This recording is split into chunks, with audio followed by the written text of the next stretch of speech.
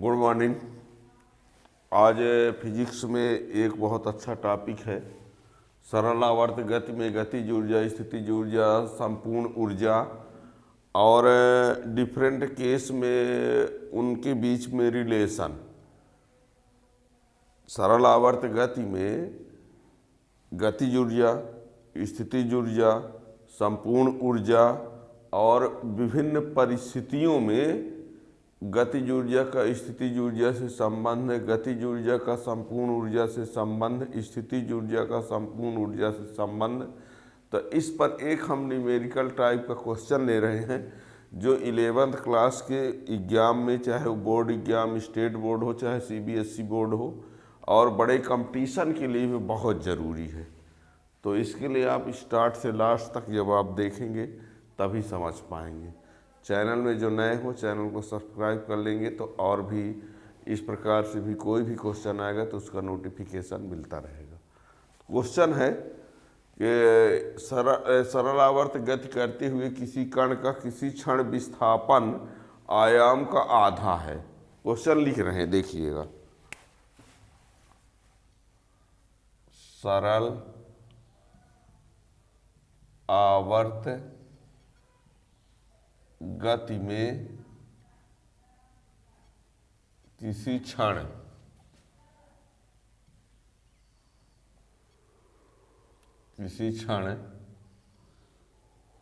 विस्थापन, किसी क्षण विस्थापन आयाम का आधा है।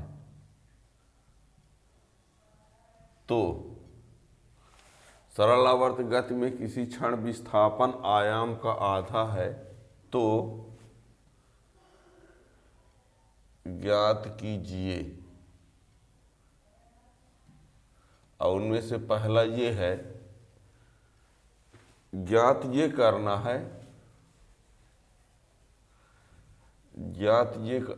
है गतिज ऊर्जा यानी के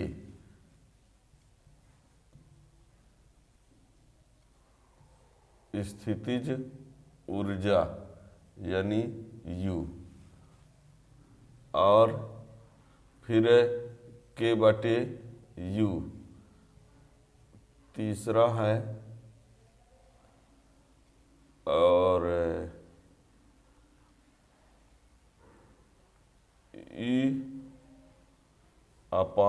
E/U,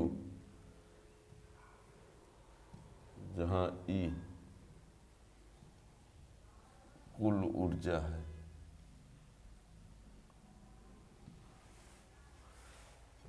और ये भी E/K।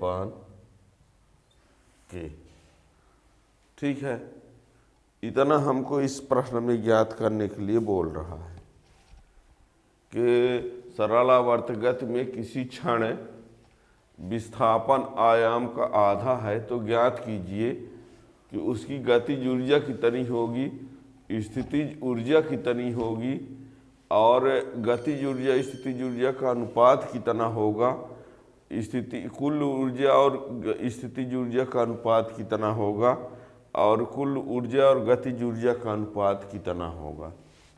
ठीक है, यानी आप क्वेश्चन देख लिए। क्वेश्चन अब समझ में आ गया ना क्वेश्चन क्या कह रहा है। सरल आवर्त गति, अब सरल आवर्त गति क्या होती है यदि इसको पढ़ना है तो आप प्ले लिस्ट में जाएंगे तो उसमें 11th class physics play list में सब उसके डिटेल में है ना। गतिज ऊर्जा, स्थितिज ऊर्जा, उन सब का डेरिवेशन आप प्ले लिस्ट में जाके सब पढ़ सकते हो डिटेल में। हम यहाँ पर सीधे फार्मूला लगा के इस क्वेश्चन का आंसर आज बताएंगे। अब हम आज ये ना बताएंगे गतिज ऊर्जा कैसे लाएंगे, स्थितिज ऊर्जा का डेरिवेशन क्या होता है, ये सब कुछ आपको जानना है तो आप प्ले लिस्ट में पूरा आप डिटेल से पढ़ सकते हैं। हम सिर्फ आज इस क्वेश्चन का आंसर यहाँ पर बताएंगे। ठीक है, तो देखिए ये बता दे, यदि सरल आवर्त गति में देखिए, अब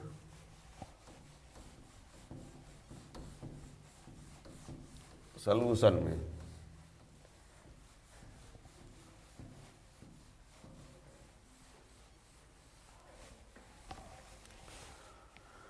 तो सरल आवर्त गति करती हुई कण में जो सरल आवर्त गति में जो गतिज ऊर्जा का सूत्र होता है वो क्या होता है? स्थितिज ऊर्जा का सूत्र जो है क्या होता है? संपूर्ण ऊर्जा का सूत्र जो है वो क्या होता है? देखिए,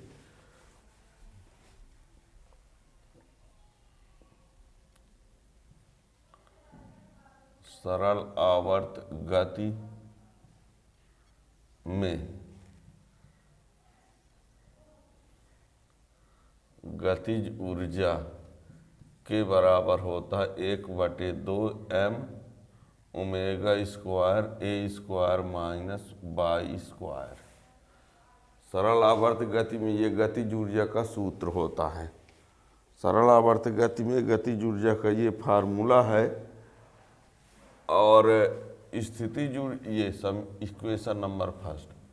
और स्थितिज ऊर्जा का सूत्र होता है, स्थितिज ऊर्जा U बराबर 1/2 AM omega square by square, ये रहा। और संपूर्ण ऊर्जा का सूत्र होता है E बराबर 1/2 M omega square a square. ठीक है, यहाँ ये भी लिख देते हैं, जहाँ बाई जो है वो क्या है? विस्थापन है, और ए जो है वो क्या है? आयाम है। ठीक है ना। अब प्रश्न में दिया है प्रश्न में ये दिया गया है, दिया है बाई बराबर A/2। प्रश्न में बोला है कि किसी समय जो विस्थापन है आयाम का आधा है। किसी क्षण विस्थापन जो है आयाम का आधा है, तो बाई की जगह पर A/2 रख देंगे। तो बाई की जगह पर A/2 यहाँ भी रख देंगे, और बाई की जगह पर A/2 यहाँ भी रख देंगे। ठीक है ना। तो समीकरण 1 से क्या हो जाएगा? के बराबर 1/2 M ओमेगा स्क्वायर, और यहाँ ए स्क्वायर माइनस बाई की जगह पर A/2 रखना है, तो A/2 का स्क्वायर रखेंगे तो ए स्क्वायर अपान 4 हो जाएगा। ठीक है, यहाँ पर ए स्क्वायर है तो उतार दिया हमने। अब बाई इक्वल टू A/2 है, तो A/2 का स्क्वायर करेंगे तो A का स्क्वायर बटे 4, तो ये हो जाएगा 1/2 AM ओमेगा स्क्वायर, और ये 4A स्क्वायर माइनस ए स्क्वायर अपान 4। तो 1/2 M ओमेगा स्क्वायर, और ये 3A स्क्वायर अपान 4। ठीक है, ये हो जाएगा। इसी को आप चाहे तो 3/4 into 1/2 M omega square a square, ये इसी को आप चाहे तो 3/4 ई लिख सकते हैं। तो ये या फिर ये है के इक्वल टू, या ये कर दो के equal to 3/8 AM omega square a square, ऐसा भी हो सकता है। अब देखिए, तो यदि किसी समय विस्थापन जो है आयाम का आधा है, तो उस समय जो गतिज ऊर्जा का मान होगा, उस समय गतिज ऊर्जा का जो मान होगा वो संपूर्ण ऊर्जा का 3/4 होगा। ठीक है ना। अब यहाँ पर आप चाहे तो इससे यदि इसी से देख लीजिए, उसमें जो क्वेश्चन पूछा गया था वो ये भी पता चल जाएगा। यदि हम के बटे ई लाना चाहें तो के अपान ई क्या हो जाएगा 3/4 हैं, या कि यदि हम ई बटे के लाना चाहें तो यही 4/3 हो जाएगा। ये ठीक है ना। तो आपको जो जो क्वेश्चन में पूछा गया है, तो एक तो ये भी पूछा गया था के अपान ई का, तो 3/4 हो जाएगा। ठीक है ना। यानी आपसे ये जो क्वेश्चन किया गया है उसमें ये गतिज ऊर्जा ही पूछा है, स्थितिज ऊर्जा भी पूछा है, गतिज ऊर्जा और कुल ऊर्जा का अनुपात, स्थितिज ऊर्जा और कुल ऊर्जा का अनुपात। तो यहाँ पर गतिज ऊर्जा का ये मान आ गया, या ये कह दो गतिज ऊर्जा का मान ये आ गया, या इसको कह दो गतिज ऊर्जा और संपूर्ण ऊर्जा का अनुपात 3/4, या संपूर्ण ऊर्जा और गतिज ऊर्जा का अनुपात 4/3। जो भी क्वेश्चन में आया है उसके हिसाब से ये आंसर हो गया। ठीक है ना। तो ये तो हम किस बाई का मान 1/2 किस में रखे, अभी इसमें रखे तो ये आ गया। ठीक है ना। इसमें 2 आंसर मिल गए, गतिज ऊर्जा का मान मिल गया और गतिज ऊर्जा और संपूर्ण ऊर्जा का अनुपात, 2 आंसर आ गए। ठीक है ना। अब इसी मान को हम कहाँ रखेंगे, समीकरण 2 में रख देते हैं। ये ई कहाँ से आ गया, इसके जगह पर ये देख लीजिए, ये रख दिया है हमने यहाँ। ठीक है ना। ये संपूर्ण ऊर्जा है। ठीक। तो ये गतिज ऊर्जा भी मिल गया।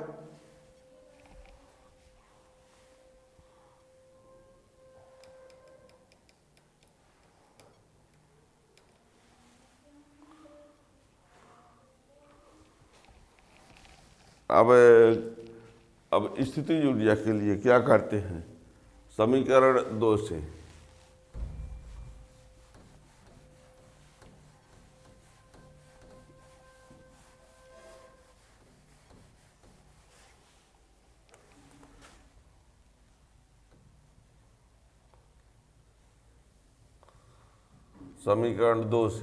अब इस बाई का मान समीकरण 2 में रख देते हैं।